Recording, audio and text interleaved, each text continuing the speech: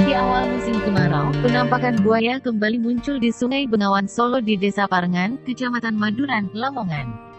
Penampakan buaya tersebut merupakan penampakan kali kedua, setelah pada Oktober tahun 2019 di Glagah.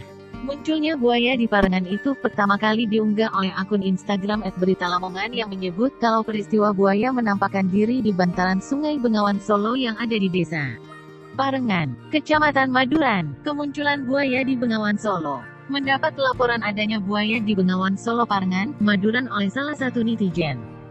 Dari aktivitas buaya yang muncul ke permukaan seiring datangnya musim kemarau, semoga kita selalu waspada saat beraktivitas di sepanjang bantaran Bengawan Solo.